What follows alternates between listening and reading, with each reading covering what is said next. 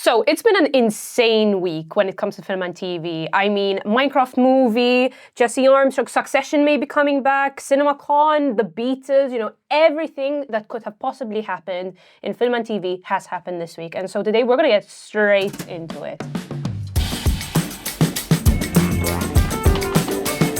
Starting off with this insane Minecraft movie, where on earth did it come from and how on earth did we once again manage to blow up a kid's movie? We knew the Minecraft movie was going to do well. We also knew it was going to be bad, so... Yeah, it's one of those situations like, Super Mario and the Minions where everyone showed up. Everyone that could have possibly showed up. And it kind of shows in the box office because the movie has earned about 18 million through Thursday, that's insane, across 55 international markets. And it broke a bunch of records as well. In China, it brought in 6.6 million, and it's claimed to be the biggest Hollywood film opening of the year. Apparently China really like Minecraft, which is insane. It makes sense. It's a game. I guess everyone plays it. Yeah. And the thing is, this movie has the Minecraft built-in audience. Oh, for sure. Fine. This is no cinematic masterpiece, and I think we all know that going into this movie. But I'm showing up because when I was 10, Minecraft was my life. That's all I used to play, no matter what. And maybe it is a masterpiece. Maybe. Maybe. Does a masterpiece mean it has to be good, or does it mean it just has to be particularly amazing? Because I'd argue the Minions movie.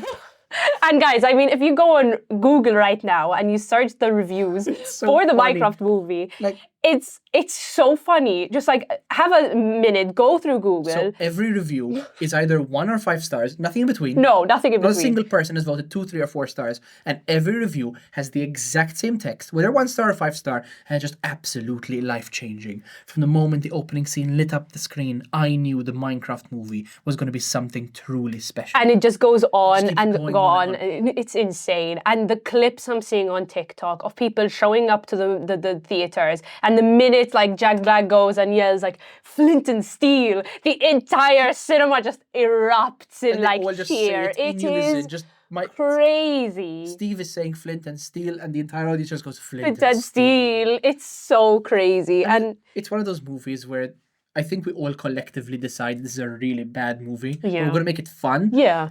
And I'm for it. Hollywood movies don't all need to be Oscar contenders. No. Sometimes they can be really, really bad movies that are fun.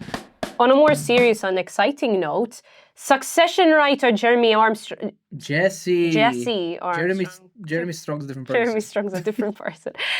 Succession writer Jesse Armstrong has come back to create Mountainhead, which is this incredible new HBO movie, which I'm so excited for. I am over the moon that we're getting a lovely, wonderfully tight, really tense movie coming back to imagine it's a comedy, Hollywood. It's just a straight comedy. But yeah. Succession, my favorite show. Jesse Armstrong absolutely nailed genius. Succession. Absolute genius. With that cast that he had, absolutely amazing. I love that HBO were the ones who are just listen, we don't do a lot of movies. If any, when was the last HBO movie? Goodness, ages ago. Think of any, but right off the top of my head. But they came back, they're Jesse, we love you, don't go anywhere else. You could have gone to Warner Brothers, but he didn't. No, instead he's creating Mountainhead, which... with a stacked cast, Steve Carell, Jason Schwartzman, Rami Youssef, Corey Michael Smith. This is It's going to be a big cast. one. The synopsis so far follows a group of billionaire friends meeting during an international crisis, which I feel is very fitting. Kind of especially at this point. Currently, the movie is set to be wrapping right now. They're filming up in Utah. And this is Jesse Armstrong's directorial debut, which is crazy. We have Mark Mylod coming back to this project, which is Succession meets Succession equals. The people who made Succession, some of them also made The Big Short. So this kind of feels like The Big Short. The guy's won 7 Emmys. It's not like it's going to be a bad film. No, the guy knows what he's doing. It's going to be brilliant. It's going to be brilliant, and I think this will be an Oscar contender. CinemaCon here, CinemaCon there, CinemaCon 2025 stunned audiences with some amazing first looks and some big reveals. It's nothing really that we weren't expecting. No. Like nowadays, there's no like surprise, like, oh my God, we're making this new movie that you never heard of. Yeah. We heard about all of this. If you go on Twitter, it's all there. But we got to see some like clips, we got to see some posters, we got to see the Wicked poster, which is horrible. But sorry, sorry, Wicked. Oh my God, guys, this Wicked poster. We thought it was an April Fool's prank because it did come out on April 1st, but it wasn't. No, it wasn't. They're sticking with it. Yeah. For better, for worse. The main sentiment, though, unfortunately, of CinemaCon 2025 is that I'd like to say 98% of the things coming out are all remakes or sequels, which is heartbreaking. Like, where are these original IPs, guys? Where is the new stuff? The thing is, it sucks, but I don't blame them. Yeah. At this point, like, we went to see Mickey 17, right? Yeah. It's a great movie. Like, it's fun. But not many people did. My mom didn't go watch Mickey 17. My mom, the only time she's gone to the cinema lately was to watch Wicked and Gladiator 2. And that tells you something, right? Wicked based on IP, Gladiator based on IP. Before that, it was probably some Pixar film. Yeah. Like, people are only showing up to cinemas nowadays to watch Big spectacle movies. Yeah. It's like paying for a roller coaster ride. Yeah. And these just smaller movies, these $10, $15 million movies, are just on streaming. It's just such a pity. However, in the mix of all this, we have some really big stuff coming out. I mean, Disney announced Freakier Friday, another Tron movie, another Predator movie, and a biopic we've all been waiting for, which is Deliver Me From Nowhere, which is Jeremy Allen White's Bruce Springsteen biopic, which I am going to be front and center for that one. And not because I'm a Bruce Springsteen fan. Like, does that count as IP? So Freaky Friday, right? Another Tron, another Predator. And this is based on Bruce Springsteen, people know, so it's kind of still IP. Yeah.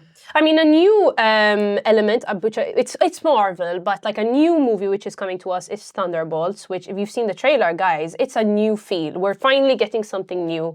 And I think we're all hoping, like, yes, let's get a break. Like, there was a whole drama with Ant-Man Quantumania where Paul Rudd wanted to make the movie deeper, but Marvel kind of said, no to that. So hopefully Thunderbolts is going to give us what we want. And I mean, along with that, there was this amazing featurette of Florence Pugh showing herself doing her own stunts and falling from the Merdeka 118 in Kuala Lumpur, which was insane. That was absolutely insane. Feels like they're kind of doing the Mission Impossible thing. Just like, oh, we're doing real stunts. Like Marvel is bringing back shooting in real places, which I do feel like they need to do. It's a great move from their end, because when you think Marvel nowadays, you think of blue screen backgrounds and just CG environments and just a bunch of fakery to make it feel big, which is fun, but people are getting a bit used to it. They're getting it all over the place now. So promising this like big spectacle movie that's also grounded. What we need. Yes. Hopefully it does actually end up being pull cool. through. Because we watched the trailer for Captain America, the new one, Brave New World, and that felt cool. And we're like, whoa, this actually feels kind of great. And then it kind of turned into a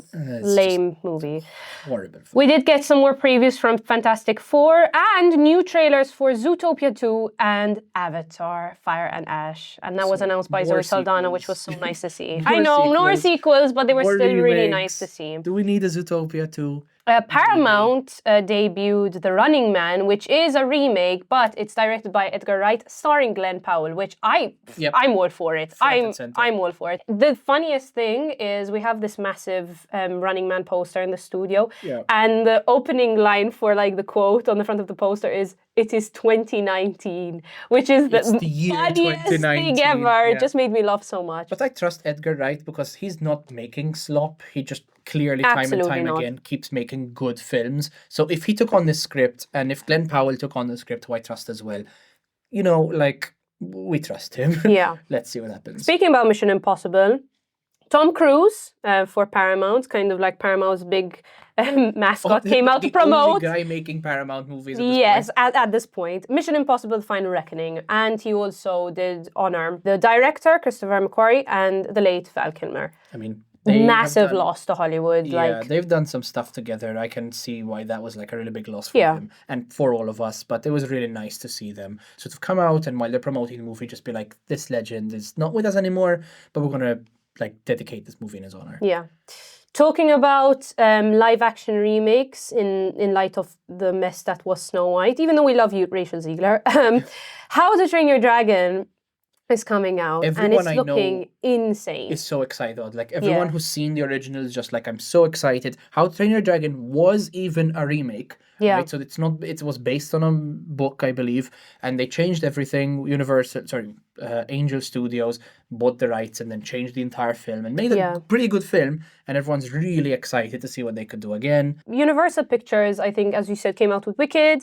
There was also some talk on Jurassic World Rebirth, which, I mean, I'm all for it. Oh, look, another Jurassic World. It's the same movie over and over again. Spielberg, please come back and do a good one. But we did get news on Five Nights at Freddy's. And I'm so excited because there's McKenna Grace in it. And who doesn't love a movie with McKenna Grace? And she's been such a, front and forward Five Nights at Freddy's fan. Oh, 100%. I love her. It's amazing that she just signed up to do it. Yeah. Then, I mean, everything else is pretty boring. Amazon released a bunch of stuff that no one's ever going to watch or hear from. Sorry, whoever made them. Like Project Hail Mary, The Thomas Crown Affair, Verity, After the Hunt, Mercy. Well, sure. Project Hail Mary stars Ryan Gosling, which no one's going to watch any of these.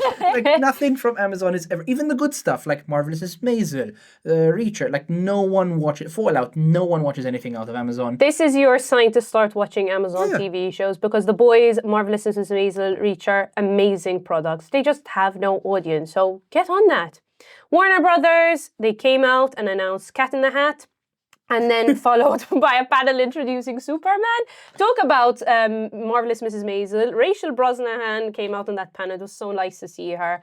And they showed a clip for Superman, which James Gunn, I think, then demanded they post online straight after, which is insane. We're going to just start showing people the movie from now, before it even comes out. Yeah. And then Sony, 28 years later, interesting movie. I mean, that's another remake sequel Listen, thing. The one thing I'm happy that Sony actually finally announced is Spider-Verse. Finally, we got some news on Spider-Verse. It is coming out in 2027, but at least we finally know. Yeah, it's kind of funny. I think he'll be okay with us saying this now, but we were super lucky to actually meet and speak to Daniel Pemberton, who's the composer of all the Spider-Verse films, way back. So that was 2023? 2023. Yeah, Spider-Verse was meant to come out in 2023 or 2024. It was supposed to come out soon after. And we were talking and he's just guys, between us, but it's gonna be a while. This film isn't coming out anytime soon. Sam Mendes announces the Beatles movies. All 4 of them are coming out in April 2028 with a confirmed cast. Yeah, 4 Beatles movies. In a world where everything is sequels, Sam Mendes said, I'm going to make all 4 films at once. Well, everyone, I think, has mixed feelings about that. But the one thing people have super mixed feelings about right now is the cast. People love the cast, people hate the cast. Just reading out the names to you, it includes Joseph Quinn as George Harrison, Paul Mescal as Paul McCartney, Barry Keoghan as Ringo Starr, and Harris Dickinson as John Lennon. So it's a star-studded cast, but there are so many people who kind of looked at Bohemian Rhapsody and said, no, the casting directors got this all wrong. Just look at them.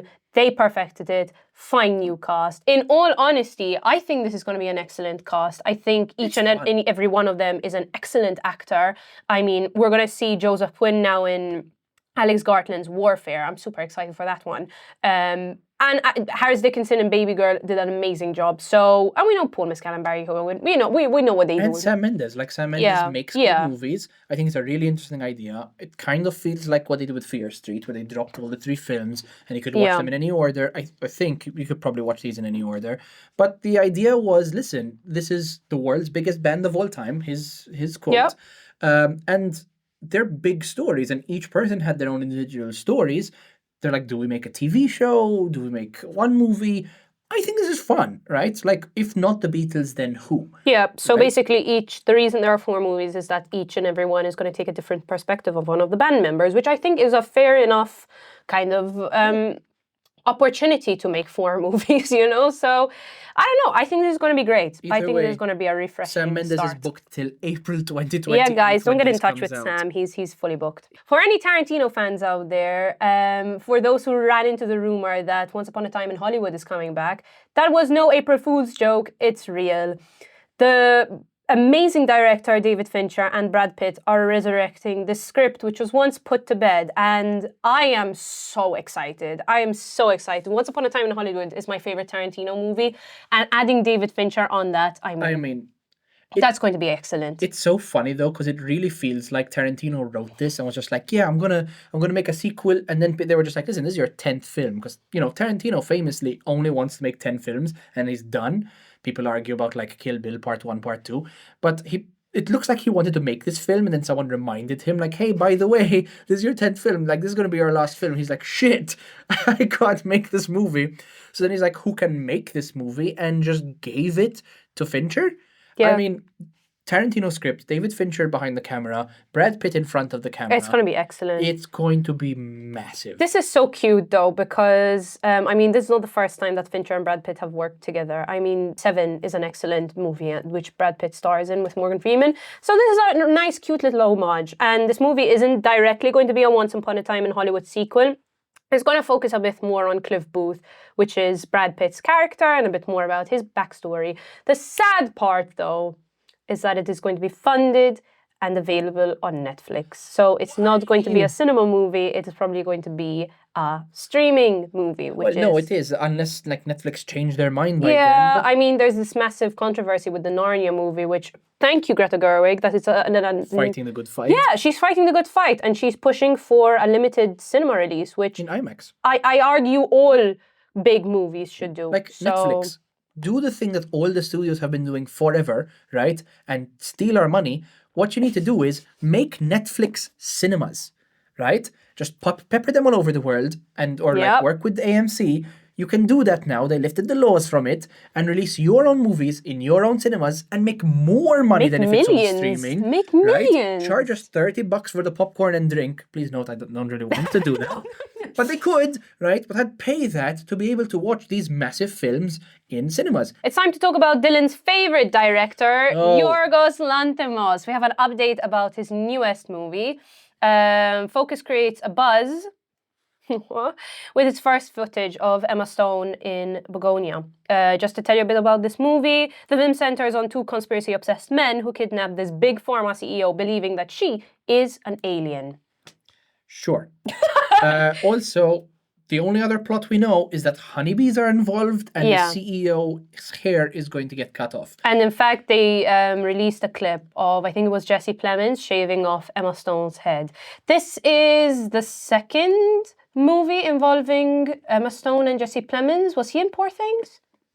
No, right? No, I don't think so. No. So this is the second time we're seeing the brilliance of Emma Stone and Jesse Plemons coming together. First in Kinds of Kindness and now in Begonia. Yeah, unfortunately, with Yorgos at the helm, people love his films. I mean, I'm not here to say he sucks, but that being said, they're not in your direction. He keeps getting like the biggest stars in the world, in my opinion, to do some really weird shit and make films about it, and people keep going to watch them. Like, kudos. Fair enough. My question is, how does he turn one out every year? No, this is impressive, I must admit. I mean, we got to watch Kinds of Kindness at the Mediterranean Film Festival. It was one of I think it was the second European screening in all of Europe. And I must admit, not my cup of tea. I felt like it was a bit detached and it was really long. But Poor Things was actually a movie that opened quite a lot of avenues for me. So I'm excited to see what Begonia has to offer. Dan Povenmire is saving the day once again, and we have been blessed with a Phineas and Ferb revival. Another 104 days. Yes, nearly 10 years later, like, we're getting this amazing show back. This show which is a massive part of my childhood. Yeah. And the next season is meant to be following Phineas and Ferb as they tackle another 4 days of summer. 104 days of summer. 104 days of summer. with Candace and many, many other characters returning. So, same old. The show ran from 2007 to 2015. Which is incredible. Which is like entire generation of kids were watching this show. And it's been 10 years, So there are kids who watched it in 2007 who have kids of their own now who can go back and watch Phineas and Ferb. It's hilarious that they announced the plot.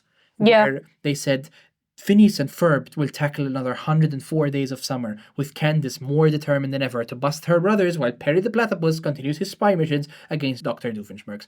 Basically, that's the old description. They changed nothing, which is fine, amazing. Just funny that they had to announce, like, listen, we have this new plot, we're doing everything the same, but more. Our last topic of today, John Wick is coming back and back and back. And I think back again. I've lost count. Yeah, not only is he going to star in John Wick Chapter 5. Well, let's start from the beginning. He's starring in Ballerina alongside Ana de Armas. Obviously.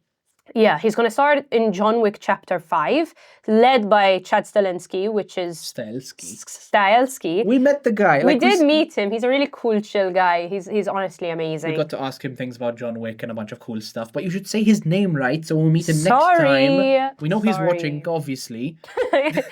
Apart from that, he's also featuring in a spin-off focused on Donnie Yen's character, Kane, which is going to be insane. I love Kane's character. He's an absolute badass. I'm all here for all the John Wicks of the world, even though the first one is still my favorite. Like, they keep getting cooler, but the first one just has a place in my heart. My question is, John Wick died. Yeah, he died. Clearly, he died. Sorry for those of you who haven't watched John Wick Chapter 4, but he's dead. But apparently, it's not a spoiler. Yeah. Because he's back. Yeah. Which is fun, right? I feel like, though, if they were going to make more John Wicks, they should have just not killed him. Yeah. Which is a bit of a weird turn. Sorry, Chad. We'll discuss it in our next hang, I guess.